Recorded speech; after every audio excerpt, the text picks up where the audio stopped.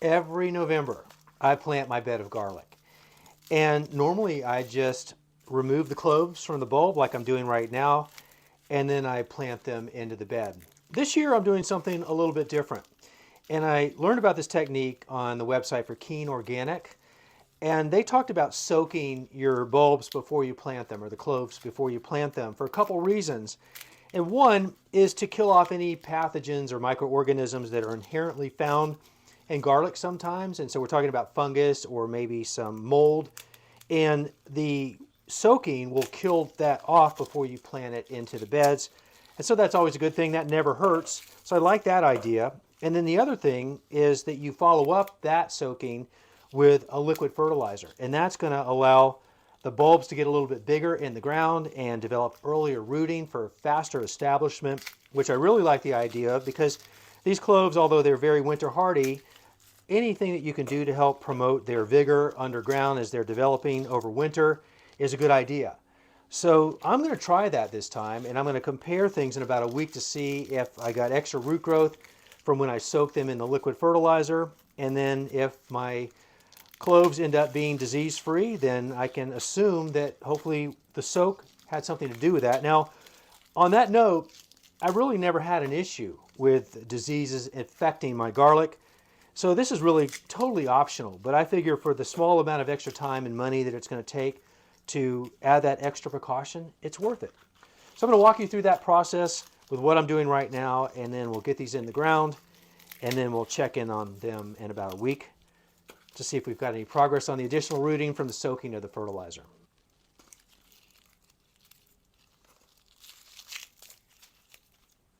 Now, one thing to keep in mind as you're working through your bulb and you're pulling off the cloves, you want the biggest ones on the bulb itself. And you're going to get various sizes. For example, these are nice size right here for this variety, Chestnut Red. They look pretty good. But here's one I just pulled off. It was really on the interior more so than the outside, and it's much smaller. So if you've got some excess cloves, then go ahead and set the smaller ones aside and just cherry pick to the biggest ones, because those will produce the best garlic.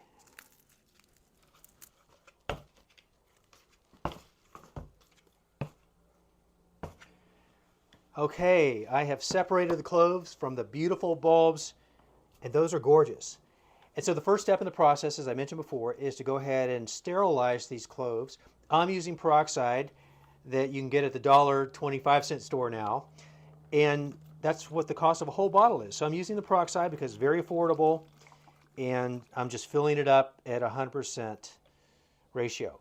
You could also use rubbing alcohol, or you could use vodka, whatever you've got, but this works just fine. So just fill it up to cover the cloves. That's all you need to do, and you soak this for about 10 to 20 minutes, and then we'll drain it and go on to the next step. Okay.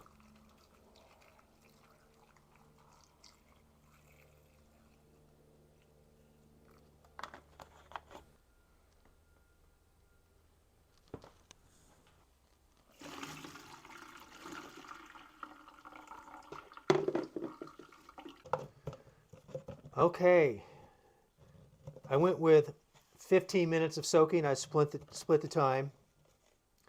And now I am ready for phase 2 of the soaking process. And this is where the fertilization comes in. But there is one other secret weapon that goes in here that also aids in fighting off the significant bacteria and mold potential. And that is to use the fish emulsion, which is the fertilization part, combined with 1 teaspoon of baking soda. And that's the part that is very good at fighting off certain diseases. You often see this to deal with powdery mildew. Baking soda is great for that, but it is also well known for fighting off other bacteria and mold issues. So I'll go ahead and stir that up a little bit. I'll have my spoon handy. But just mix in 1 teaspoon with a gallon of water. And then you just add that to the containers. And this is what you can let soak overnight. Okay. So that's what we'll do. And just fill it to cover. And I've got tight fitting lids for each of these. And these will just sit right here until I come back to get them tomorrow for planting. You know, but even if you couldn't get to them the very next day, another day or two of soaking before you get them planted is totally fine.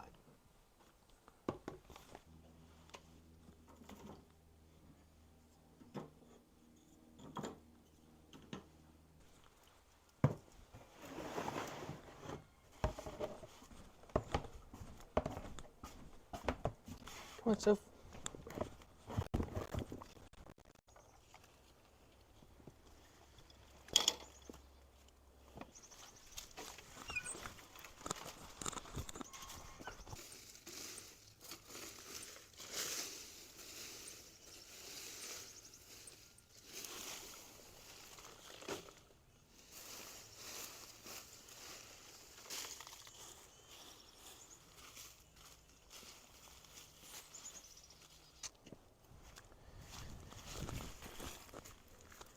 The next step is to plant the cloves, but really before that I need to make sure I have even spacing. I have 5 varieties of garlic, and each garlic variety is going to get its own row, so I need 5 rows within this bed, evenly spaced.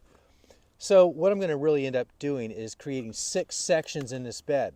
So the first thing I need to do is find dead center, because that's going to be the center row, and then I'll have 2 rows on each side. That'll probably be making more sense as I do this and you see it happen. But I'm going to take my tape measure and find dead center and make a mark with my pen and do the same thing on the other side. So that's 60 inches end to end, which makes 30 inches the middle.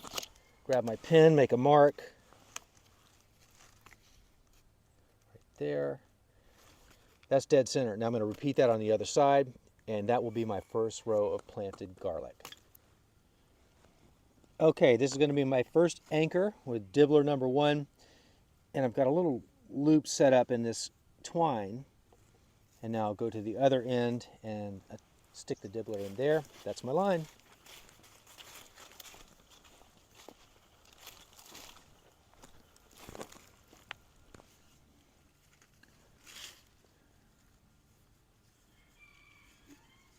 Let me give you a little bit of extra information on how I'm using my dibbler and measuring evenly between the holes. The dibbler has these marks right here, and so those are gauges as to depth, of course. And I want the depth of the hole to be about the depth of my thumb. That's how I usually plant garlic. I just thumb it in, but I'm going to use the dibbler this time. And I want to know where on the dibbler that depth is going to be. So that's right about the end of my thumb. I'll put that up against the dibbler, and it's right just on the upside of that line. So that's my mark. That's what I'm looking for when I make the dibbles. And then as far as the spacing, let's do the dibble first. So I'm just putting it in there. That line that I'm using as my gauge goes away. I'm moving around a little bit to make plenty of room for the clove to go in. So I know I've got the right depth. But now as I'm spacing it, I want 4 inches between the holes. I'm not using a ruler, I'm not using a tape measure or a planting board, but I am going to evenly space it 4 inches apart. How do I do that?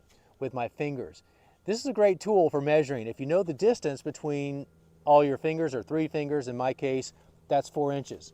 So I'll go like that. I'll put the dibble in right there, do the same thing down to that second line, move it around, and I know those holes are 4 inches apart, and that's how I'm going to do this line and the other lines as well.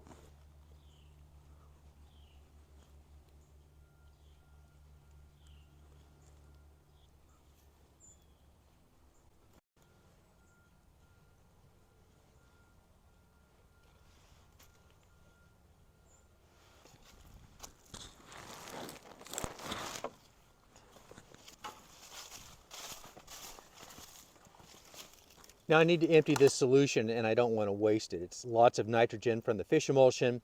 So I want to put it to work too, and I'm going to use my compost pile for that. I can always use a little more nitrogen, and so I'm just going to strain it right into the bin.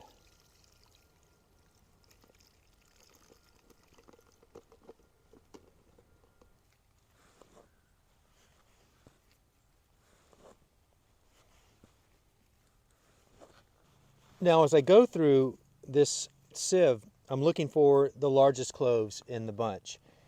I will have some leftovers, but I want to make use of the biggest ones because those are going to produce the best garlic bulbs when I harvest.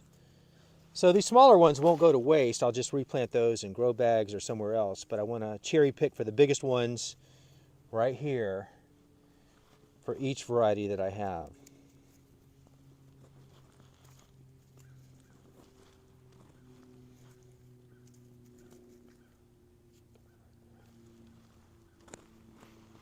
And now I'm just going to go back through, run my hand over that line, backfill,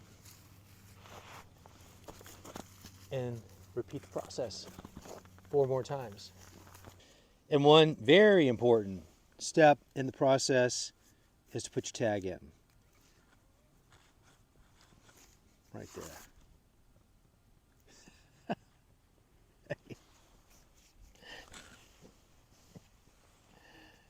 You're a ham. It's been a week since I put all the garlic cloves in this bed. I covered them up with the mulch and some protective fabric so the cats or raccoons or whatever can't get in there and forage it up.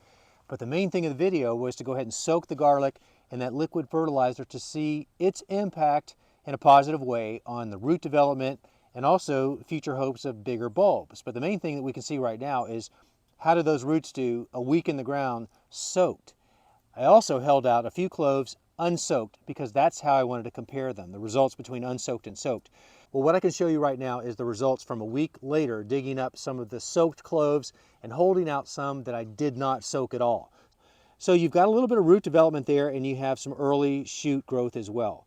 But when you compare that to the ones that I soaked, look at the difference. But there are more roots on each of these, and of course the shoots are further along. So I'm definitely a believer that there's the benefit of taking a little bit of extra time and effort to get those cloves soaked overnight and then plant them. So I'm a soaker from here on out.